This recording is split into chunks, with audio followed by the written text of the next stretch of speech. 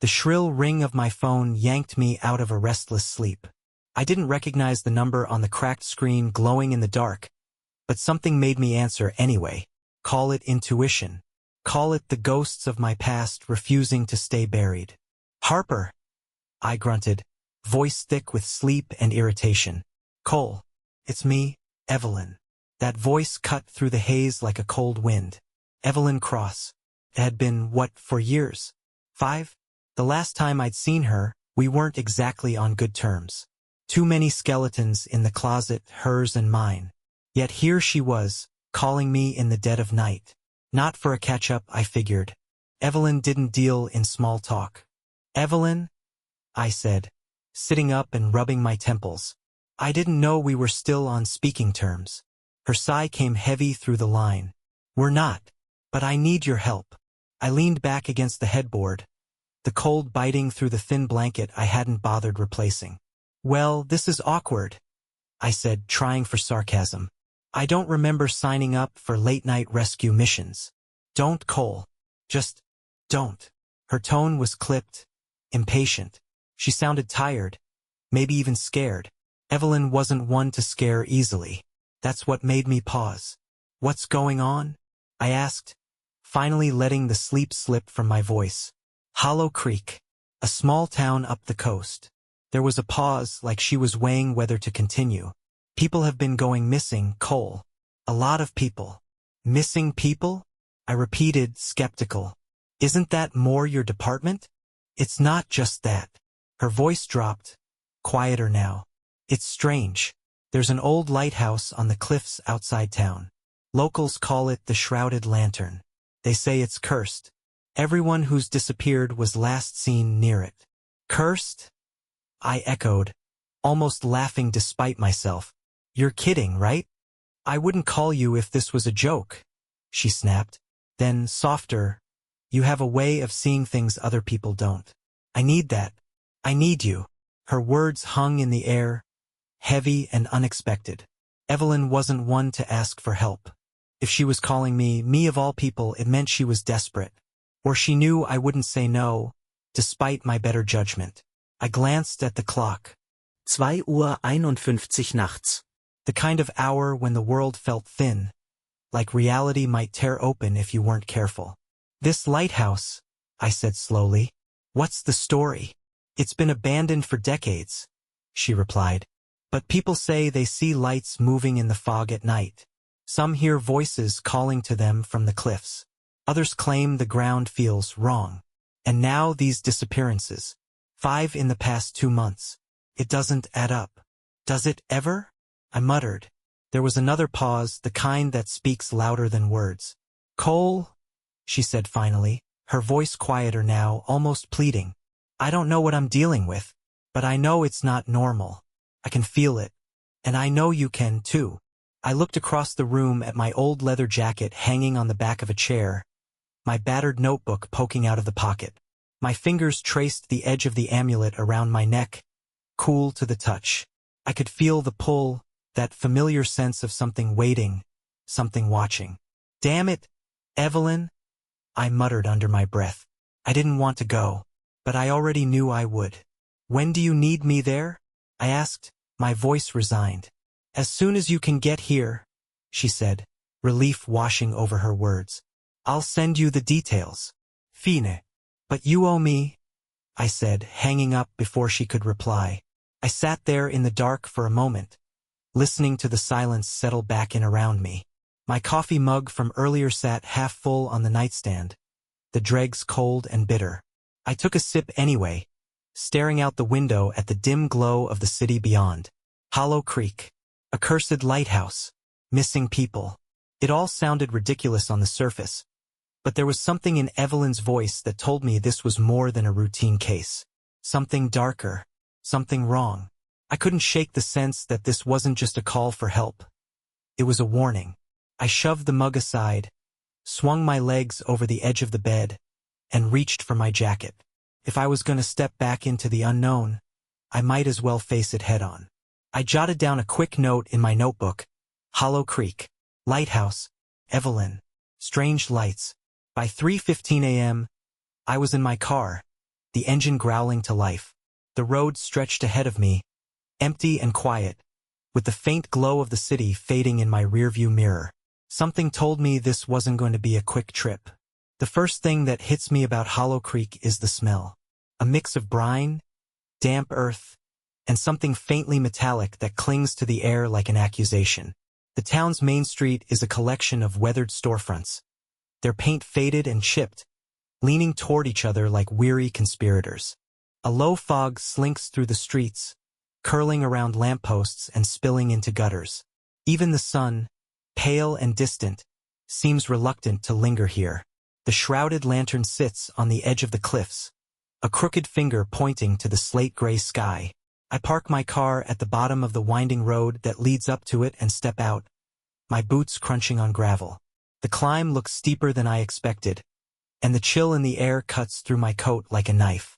The townsfolk didn't have much to say about the lighthouse, but their silence spoke volumes.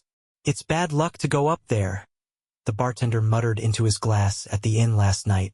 Another man at the bar, an older fisherman with hands like gnarled tree roots, just shook his head.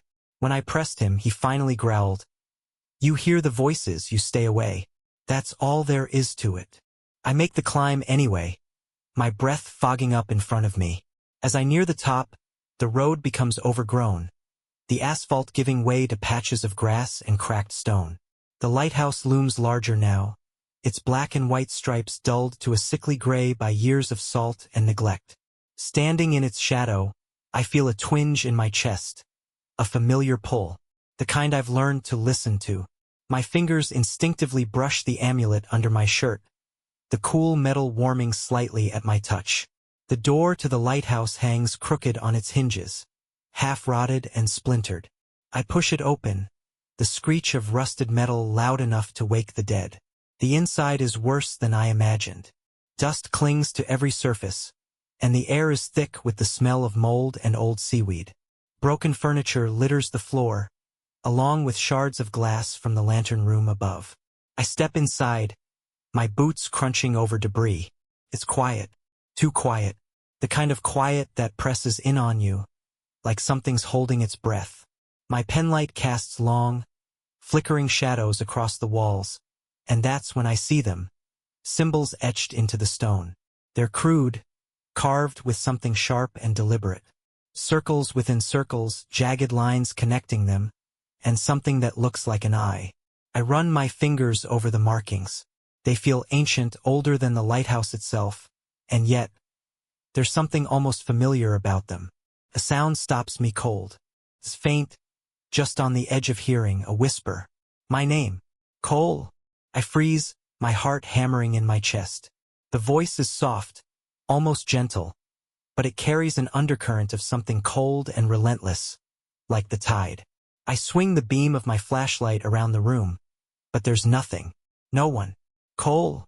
This time it's louder, coming from the spiral staircase that winds up to the lantern room. I grip the rail and start to climb, the metal groaning under my weight. The stairs are slick with moisture, and every step feels like an invitation to slip and fall.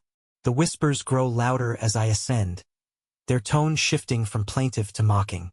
They echo in my ears, overlapping until they're a cacophony of voices, each one vying for my attention.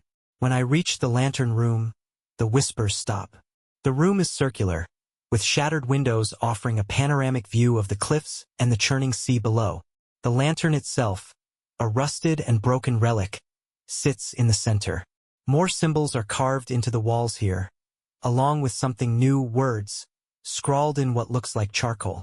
The light is the key. I jot it down in my notebook, my hand trembling slightly. My pen catches on the page, leaving an ink blot that spreads like a stain. The feeling in my chest is stronger now, like a tether pulling me towards something unseen. Another whisper. This one is different. Not a voice, but a sound, like footsteps shuffling just behind me. I spin around, but the room is empty. "Get it together, Harper."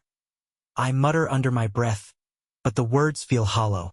As I descend the stairs, the air grows heavier, pressing down on me like water. The symbols on the walls seem to writhe in the corner of my eye, but when I turn to look, they're still. By the time I step outside, the fog has thickened, swallowing the path back to my car. I stand there for a moment, staring back at the lighthouse. The whispers are gone, but their weight lingers, settling into my bones. Whatever this place is, it's not just some abandoned ruin. It's alive, and it knows I'm here. I light a cigarette with shaking hands, the flicker of the flame barely cutting through the gloom. As I exhale, I glance back at the door, now hanging open like a mouth waiting to swallow me whole. Something tells me this is only the beginning. The room at the Hollow Creek Inn was nothing special.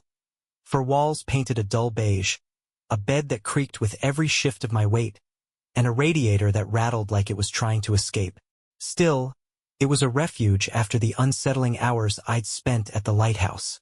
I hadn't even unpacked, just dropped my bag near the door and collapsed onto the bed.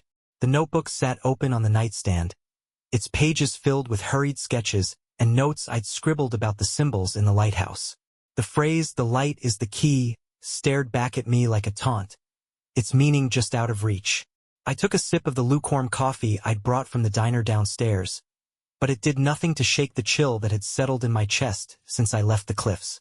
The clock on the bedside table clicked over to midnight. That's when it happened. The first thing I noticed was the smell. Salt water, sharp and briny, like the ocean had seeped into the room. Then the air grew heavy, pressing down on me, and I couldn't tell if it was the weight of sleep or something else entirely. My eyes closed without my permission, and the world went dark. When I opened them, I wasn't in the inn anymore. I was outside, standing at the edge of the cliffs. The moon hung low in the sky, casting its pale light over the churning sea below. The wind whipped around me, carrying with it that same scent of salt and decay. First, I thought I was alone. Then I saw her. She stood a few feet away, her back to me. A woman in a white dress, her hair billowing like smoke in the wind. Her figure was outlined by the faint glow of the moon, but her face, I couldn't see her face. No matter how hard I tried to focus, it was as if my eyes slid right past it, leaving only a blur in its place. "Who are you?" I called out, but my voice sounded distant, like it didn't belong to me. She didn't answer. Instead, she raised one hand, pointing toward something in the distance. The lighthouse, its silhouette loomed against the horizon, the broken lantern room faintly pulsing with a strange light that seemed to flicker in time with my heartbeat. I took a step toward her, the grass crunching beneath my boots, but she turned her head slightly, stopping me in my tracks. "Find the lantern," she said. Her voice was soft, but it carried over the wind like a song. I tried to move closer, to see her face, but my legs felt rooted to the ground. She repeated the words, her voice cracking with urgency this time. "Find the lantern, and free me."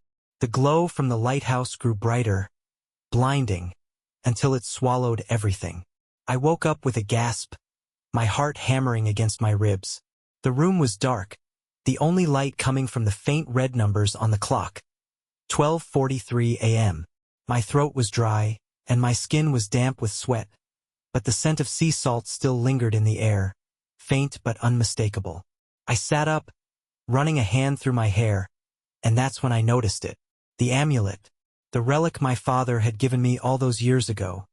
The one thing I'd never taken off was warm against my chest. I pulled it out from under my shirt and saw that it was glowing faintly, a soft blue light pulsing in time with my heartbeat. "What the hell?" I muttered, holding it up to the dim light. The glow faded after a few seconds, leaving the metal cool and lifeless again. I reached for the notebook, flipping through the pages until I found my sketch of the symbols from the lighthouse. The lines I'd drawn seemed to shift in the faint light, the circles within circles almost spinning on the page. I jotted down the words she'd said. "Find the lantern and free me." I couldn't shake the feeling that her voice, the symbols, and the missing people were all connected. The glow of the amulet only confirmed it. This wasn't just some sleep-deprived hallucination. Something was calling me, pulling me deeper into this mystery whether I wanted to go or not. I leaned back in the chair by the window, staring out at the fog-shrouded streets of Hollow Creek. The town was silent, its secrets buried under layers of mist and shadow. The woman in white, The symbols. The lantern. I didn't know what it all meant, but I knew one thing for sure. Something or someone was waiting for me at the lighthouse. And if I wanted answers, I was going to have to go back. The morning sun fought a losing battle against the fog, its pale light doing little to pierce the heavy shroud over Hollow Creek. I sat at a small table in the corner of Martha's diner, nursing my second cup of coffee while pretending not to notice the side eyes from the locals. My notebook sat open in front of me, the words "Find the lantern" and "Free me" scrawled across the top of the page, along with sketches of the symbols from the lighthouse. The waitress, a woman in her late 60s with a warm smile that didn't quite reach her eyes, brought over a plate of toast and eggs. Her name tag read Doris. She hesitated as she set the plate down, her gaze lingering on the notebook. "You're not from around here," she said, her voice cautious but curious. "Is it that obvious?" I asked, forcing a small smile. "Obvious enough. Folks here don't usually scribble in notebooks like that." She glanced around, then leaned in slightly. "You wouldn't happen to be poking your nose around that lighthouse, would you?" I set my pen down and looked at her. "Why do you ask?" Her lips tightened, and she glanced toward the counter, where two older men were nursing their coffee in silence. "Places like that, they're best left alone." "Doris," I said, lowering my voice, "what happened there?" She hesitated, her hands fidgeting with the edge of her apron. "I've got work to do," she muttered, and walked away before I could press her further. But she wasn't the only one in this town with a story to tell. By noon, I'd made my way through the main street, striking up conversations where I could. Most people shut down the moment I mentioned the lighthouse, their expressions turning wary or downright hostile. But not everyone. I found a talkative fisherman named Henry near the docks, an older man with a leathery face and sharp eyes. He was gutting fish when I approached, the rhythmic scrape of his knife underscoring his words. "Marina," he said, shaking his head. "She was a good kid. Sweet. Always laughing." His voice carried the weight of old grief. "What happened to her?" I asked, leaning against the railing. He glanced out at the water. "Storm rolled in, nasty one. She was up at the lighthouse with her father that night. The next morning, she was gone." "Gone how?" He shrugged, but his hands stilled on the fish. "Depends on who you ask. Some say she slipped, fell into the sea. Others," he paused, his eyes narrowing. "Others say she didn't fall. Say she was taken." "Taken by who?" Henry wiped his hands on a rag, avoiding my gaze. "Not who. What?" I waited, but he just shook his head. I found more pieces of the story at the town library, a musty, one-room building run by a woman named Agatha. She was thin as a reed and looked like she hadn't seen daylight in years. She raised an eyebrow when I asked about the lighthouse but didn't argue. "The shrouded lantern has always had stories," she said, rifling through a drawer until she pulled out a crumbling file. "But the ones about Marina, those are special." She spread out a handful of old newspaper clippings. Marina's face stared back at me, her smile captured forever in black and white. Headlines told the tale: "Lighthouse Keeper's Daughter Vanishes During Storm," and "Search for Missing Girl Ends in Tragedy." But it was an interview buried in the back pages that caught my attention. She'd been acting strange, Marina's father had reportedly said. Talking about a man with a lantern. Said he was calling her. I told her it was nonsense. I should have listened. The final piece came from the fisherman's bar near the docks. After a few rounds of whiskey and careful prying, an old-timer named Wallace finally cracked. "You're asking about the lantern, aren't you?" he said, his voice barely audible over the hum of the jukebox. I nodded, leaning closer. "There was a group," he whispered, "long before Marina's time. They called themselves the Keepers of the Abyss. They thought the sea was alive, that it could grant favors, but it wanted something in return." "What kind of favors?" Wallace's eyes darkened. "Wealth, power, long life, the usual temptations. They'd hold their rituals up at the lighthouse, carving their symbols into the walls and calling to their god." He spat the word like it burned his tongue. "Then Marina disappeared, and the whole thing fell apart. No one talks about it anymore. Why? Because the price was too high, he said, standing up abruptly. And because some things shouldn't be woken. By the time I made it back to the inn, my head was spinning. Marina, the lantern, the keepers of the abyss, each thread wove deeper into the lighthouse's dark history. The symbols carved into its walls weren't just graffiti. They were pieces of a ritual, echoes of a forgotten pact. I stared out the window at the faint outline of the lighthouse on the cliffs, my amulet heavy against my chest. Whatever happened to Marina, it wasn't an accident. And I was starting to think she wasn't the only one the lantern had taken. The call from Evelyn came just after sunset, her voice clipped and urgent. I found something, Cole. Something big. Meet me at the lighthouse, she said, the words tumbling over each other. Wait, what did you find? I asked, but she'd already hung up. I stared at my phone, a knot forming in my chest. Evelyn wasn't the type to charge ahead without a plan, but something in her tone told me she wasn't waiting for backup this time. A mistake. The fog was thicker than usual as I drove toward the cliffs, my headlights barely piercing the mist. By the time I reached the lighthouse, night had fallen, and the structure loomed like a skeletal hand reaching into the void. Evelyn's car was parked at the base of the hill, its headlights off, the driver's door slightly ajar. I stepped out of my car and called her name, my voice swallowed by the dense fog. No answer. I scanned the area, my hand instinctively brushing against the amulet beneath my shirt. The cold metal offered little comfort. Evelyn. I called again, my voice echoing faintly. Then I heard it. Cole. Her voice drifted from somewhere up the hill, muffled and distant. I couldn't pinpoint the direction, but it carried an urgency that sent a chill crawling up my spine. I grabbed my flashlight from the glove compartment and started up the narrow path. The climb was harder than it should have been. The fog felt alive, clinging to me, pulling at my clothes. Every step echoed unnaturally, as though the ground beneath me wasn't quite solid. Cole. Her voice again, closer this time, coming from the direction of the lighthouse. But there was something wrong.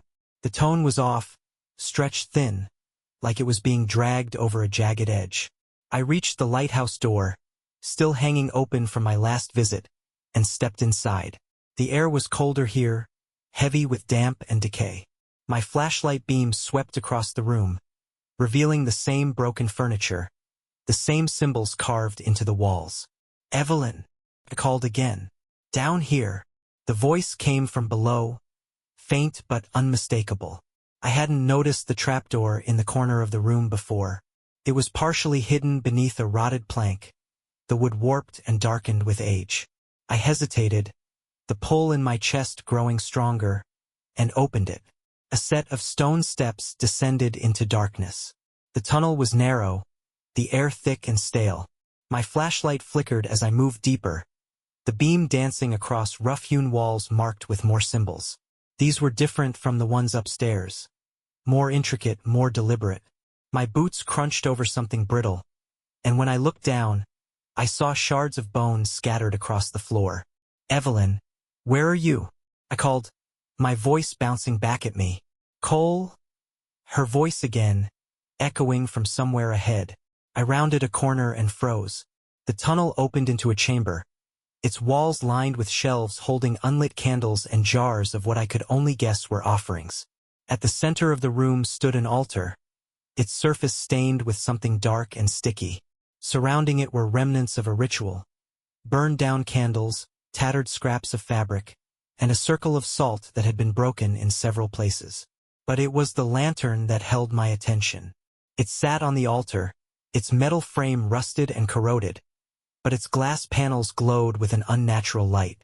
The glow pulsed faintly, like a heartbeat, casting eerie shadows on the walls. As I stepped closer, I felt the air grow colder, and the pull in my chest became almost unbearable. Evelyn, I called, my voice shaking. Cole, help me. Her voice came from everywhere and nowhere, filling the room. I turned, scanning the shadows, but there was no sign of her. Then the whispers started. They were faint at first, barely audible, but they grew louder with each passing second. A cacophony of voices, overlapping and indistinct, their words impossible to make out. My head began to pound, the sound burrowing into my skull like a drill. I backed away from the altar, my flashlight flickering wildly, and that's when I saw it. A figure in the corner of the room, shrouded in shadow. It moved toward me slowly, its outline shifting and indistinct, like smoke caught in a draft. I stumbled back, my heart hammering in my chest. "Evelyn," I whispered, though I already knew the answer. The figure didn't respond. Instead, it stopped just short of the altar, its shape dissolving into the air like mist. The whispers faded, leaving me in silence. I turned back to the lantern, its glow brighter now, almost blinding. The pull in my chest was overwhelming, as if the object itself was reaching for me, demanding something. But I couldn't focus on the lantern. Not yet. Evelyn was out there, somewhere in this maze of tunnels, or worse, somewhere beyond it. Gripping my flashlight, I stepped back into the corridor, the sound of my own breathing loud in my ears. "I'm going to find you," I muttered, more to myself than to anyone else. As I moved deeper into the darkness, the lantern's glow faded behind me, but the image of it burned in my mind. Whatever was happening here, it wasn't finished. Not yet. I didn't go back to the inn after leaving the tunnels. The moment I stepped outside the lighthouse, something in the air changed. The fog was thicker than before, curling around the cliffs in strange, unnatural patterns. The moon, barely visible, cast just enough light to make out the jagged rocks below, where the sea roared like a living thing. The lantern was still in my hands. I hadn't meant to take it, but something in me, instinct, curiosity, maybe even fear, refused to leave it behind.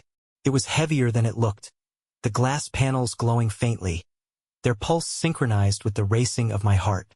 I set it down on a flat rock near the edge of the cliff and crouched beside it, my breath fogging in the frigid air. The glow flickered, and for a moment I thought it might die out. But then it brightened, casting strange, jagged shadows across the ground. And that's when it happened. The first flash came suddenly, a jagged tear in the night. One moment I was staring at the lantern, the next I was somewhere else entirely. The storm raged around me, rain pelting my skin and wind tearing at my clothes. I stood on the same cliffs, but the lighthouse was whole, its lantern blazing with a fierce, golden light that cut through the darkness. The air smelled of salt and electricity, the tang of an oncoming storm. A scream tore through the night, high-pitched and desperate. I turned toward the sound and saw her. Marina. She was running along the edge of the cliff, her white dress soaked and clinging to her as she stumbled over the uneven ground. Behind her, shadows moved. Not men, not animals, something else. Their shapes twisted and writhed, shifting between forms too quickly to pin down. "Help me!" Marina screamed, her voice barely audible over the howling wind. I tried to move, to reach her, but my legs wouldn't obey. I was rooted to the spot, a helpless observer as the shadows closed in. One of them lunged, its form coalescing into something vaguely humanoid, tall and gaunt, with arms too long and fingers like knives. Marina screamed again, veering dangerously close to the edge. The lantern. It was in her hands, its light flickering wildly, almost as if it were alive. She turned toward the shadow, holding the lantern out like a shield. For a moment, the creature hesitated, its form rippling as though caught in a strong current. But then it surged forward, knocking the lantern from her grasp. Time seemed to slow as the lantern fell, its light dimming as it tumbled toward the sea. Marina's scream pierced the night one last time as she disappeared into the shadows, her form swallowed by the writhing mass. The storm intensified, thunder shaking the ground beneath me. The shadows turned, their featureless heads tilting as if they could see me. Not again. One of them hissed, its voice a guttural rasp that sent ice through my veins. And then I was back. I gasped, my hand flying to my chest as I staggered away from the lantern. The storm was gone, replaced by the eerie stillness of the night. My heart hammered against my ribs, the echo of Marina's screams still ringing in my ears. The lantern's glow had dimmed, but it was still pulsing faintly, its rhythm slower now, more deliberate. I knelt beside it, my hands trembling as I reached out. The moment my fingers brushed the metal frame, another wave of sensation hit me. Not a vision this time, but a feeling. They were here, the missing townsfolk. Their presence pressed against my mind like static, a cacophony of voices and emotions that I couldn't untangle. Fear, desperation, anger. They weren't gone. They were trapped, somewhere beyond the veil, caught between worlds. And the lantern was the key. I sat back, my breath coming in shallow gasps as the pieces began to fall into place. The symbols on the lighthouse walls, they weren't warnings. They were seals, bindings meant to contain whatever was tied to the lantern. The shadows in my vision, the things that had taken Marina, they weren't just predators. They were prisoners. I glanced at the lighthouse, its dark silhouette stark against the fog. The symbols etched into its stone weren't enough to keep the darkness at bay. The lantern had been their anchor, their cage, and when it fell into the sea, the balance had been shattered. Now they were free. I looked back at the lantern, its faint glow casting long, crooked shadows. If it was a gateway, as I suspected, then the question wasn't just how to close it. It was whether I had the strength to go through it first. I stayed on the cliffs for what felt like hours, watching the lantern as its glow faded to a faint, steady hum. My notebook lay open beside me, filled with sketches of the symbols and scattered notes about the vision. The sea crashed against the rocks below, its sound a low, relentless roar. For the first time, I wondered if the whispers I'd heard weren't just echoes of the past. Maybe the shadows weren't the only ones trapped here. Maybe Marina was too. And if that was true, then I had a choice to make. The wind howled outside the lighthouse, rattling its broken windows as the storm began to brew. I'd spent the better part of the day poring over my notebook, piecing together the fragments of the ritual. The symbols I'd sketched, the words Marina whispered in my vision, and the way the lantern pulsed with life. They all pointed to one truth. The lantern wasn't just a key. It was a weapon, and it needed the storm's power to break the bonds holding the trapped souls in limbo. I placed the lantern on the altar where I'd first found it, the faint glow of its glass casting jagged shadows across the walls. The room seemed alive, the carved symbols on the stone walls pulsing faintly, as if responding to the growing energy. My amulet hung heavy around my neck, its surface cool against my skin despite the heat building in the room. The storm outside was intensifying, the wind whipping the fog into frenzied tendrils. Lightning flashed, illuminating the cliffs for a heartbeat, before plunging everything back into darkness. I drew a deep breath and opened my notebook, flipping to the page where I'd scrawled the ritual. The words were an amalgamation of what I'd seen in the visions, fragments from the old books in the library, and my own gut instinct. "Here goes nothing," I muttered, my voice lost in the roar of the storm. The first step was to light the lantern. The glass panels were slick with condensation, the glow inside flickering erratically as if anticipating what was to come.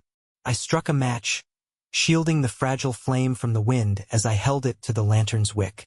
The moment the fire touched it, the glow surged, a blinding light that filled the room and painted everything in harsh golden tones. The air grew thick, charged with static. My skin prickled as the temperature plummeted, frost forming along the edges of the altar. I could feel the storm outside pressing against the walls, its fury spilling into the lighthouse. And then they came. The first shadow emerged from the corner of the room, its form indistinct but unmistakably wrong. It moved with a jerky, inhuman rhythm, its limbs stretching and folding in ways that defied logic. Another followed, and then another, until the room was filled with shifting shapes, their presence pressing against my mind like an unbearable weight. I gripped the amulet instinctively, its warmth flaring in response. The shadows recoiled slightly, their forms rippling like smoke caught in a breeze. "Not this time," I said through gritted teeth, my voice trembling but firm. Lightning illuminated the room again, and that's when I saw her. Marina. She stood at the edge of the circle of light cast by the lantern, her white dress torn and stained, her face no longer obscured. Her eyes met mine, wide and desperate, and she took a step forward, her voice trembling. "Please, help me." My chest tightened as I saw the pain etched into her features, the weight of years trapped between worlds. Behind her, the shadows surged, their forms twisting and writhing as if trying to pull her back. I glanced at the notebook. The words of the ritual burned into my mind. It wasn't enough to light the lantern. I had to break the binding spell by invoking the storm's power. I began to speak, the words foreign and guttural, scraping against my throat like broken glass. The moment the first syllable left my lips, the shadows hissed, their forms retreating slightly, but they didn't leave. Instead, they circled the room, their movements growing more erratic as the lantern's light intensified. "Cole," Marina whispered, stepping closer. "They're coming, hurry." The storm reached its peak as I spoke the final lines of the ritual. The wind screamed through the cracks in the lighthouse, and rain pounded against the stone walls. The lantern's light flared brighter than ever, and the shadows writhed in agony, their forms beginning to unravel.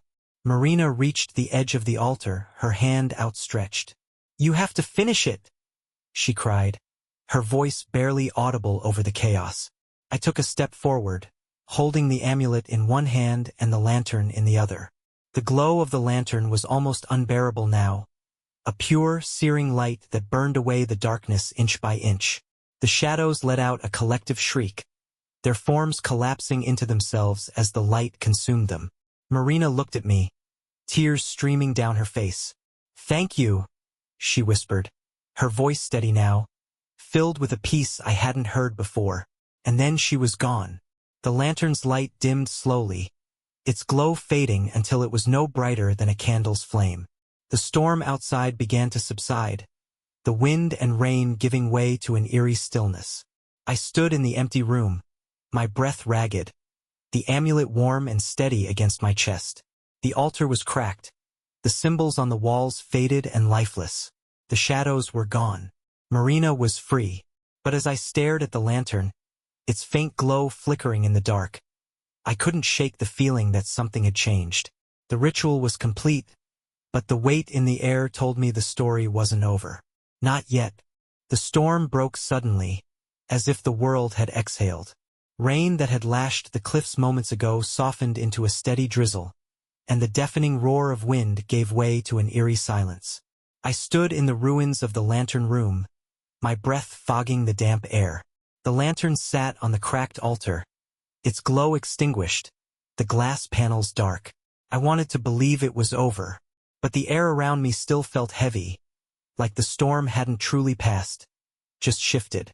The symbols on the walls, once pulsing with unnatural energy, were now lifeless grooves in the stone. Whatever power had been tied to this place had burned itself out, at least for now. I ran a hand over my face, feeling the grit of salt and sweat. My fingers brushed the amulet, still warm against my chest, a steady reminder of what had just happened. It should have comforted me. Instead, it felt like a question I couldn't answer. I turned to leave, the faint scent of sea salt and charred air lingering in my nostrils. As I made my way down the spiral staircase, I tried to push the images out of my mind. Marina's tear-streaked face, the shadows twisting and writhing like they were alive, the lantern blazing with a light that seemed to pierce through reality itself. 2:37 nachts. I found Evelyn near the cliffs. Her car was still parked where I'd seen it earlier, but she wasn't inside. I'd almost missed her in the dark, her body crumpled in the grass a few feet from the edge, one arm outstretched as if she'd been reaching for something. For a split second, my chest tightened. I thought she was dead. "Evelyn!" I shouted, kneeling beside her and shaking her shoulder. Her eyes fluttered open, unfocused and glassy. She groaned softly, trying to sit up, but I held her steady. "It's me.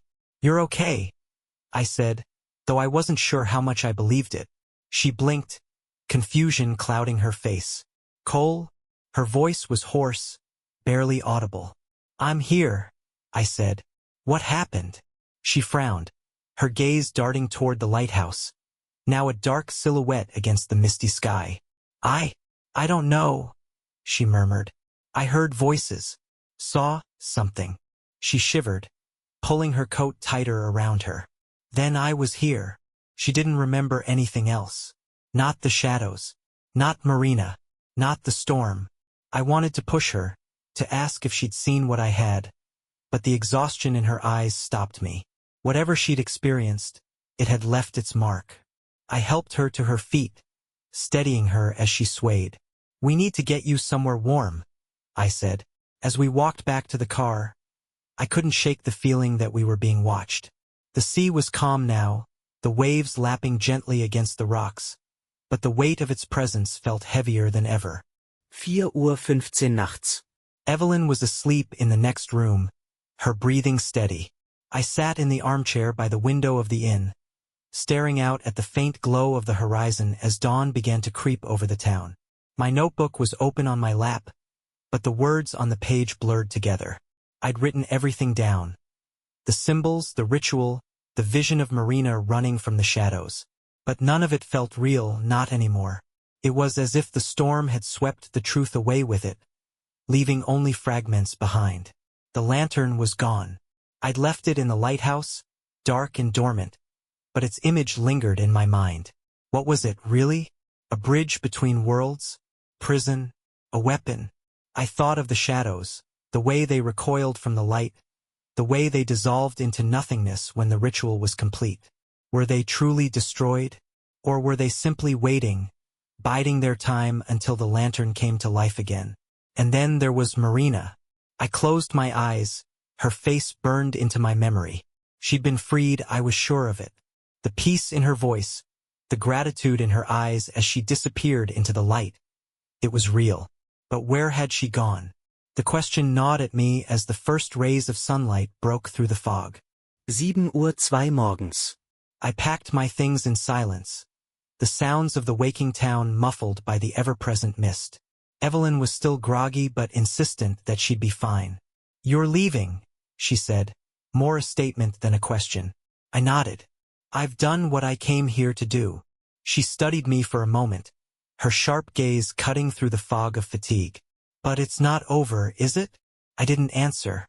As I drove out of Hollow Creek, the lighthouse loomed in the rearview mirror, its dark shape fading into the fog until it was gone. The road stretched ahead of me, empty and quiet, but the questions followed me like shadows. What were those creatures? Why had the lantern's power been tied to this place? And why did I feel like the sea itself was watching, waiting for something? I didn't have the answers. Maybe I never would. But one thing was certain. The story of Hollow Creek wasn't finished, and neither was mine.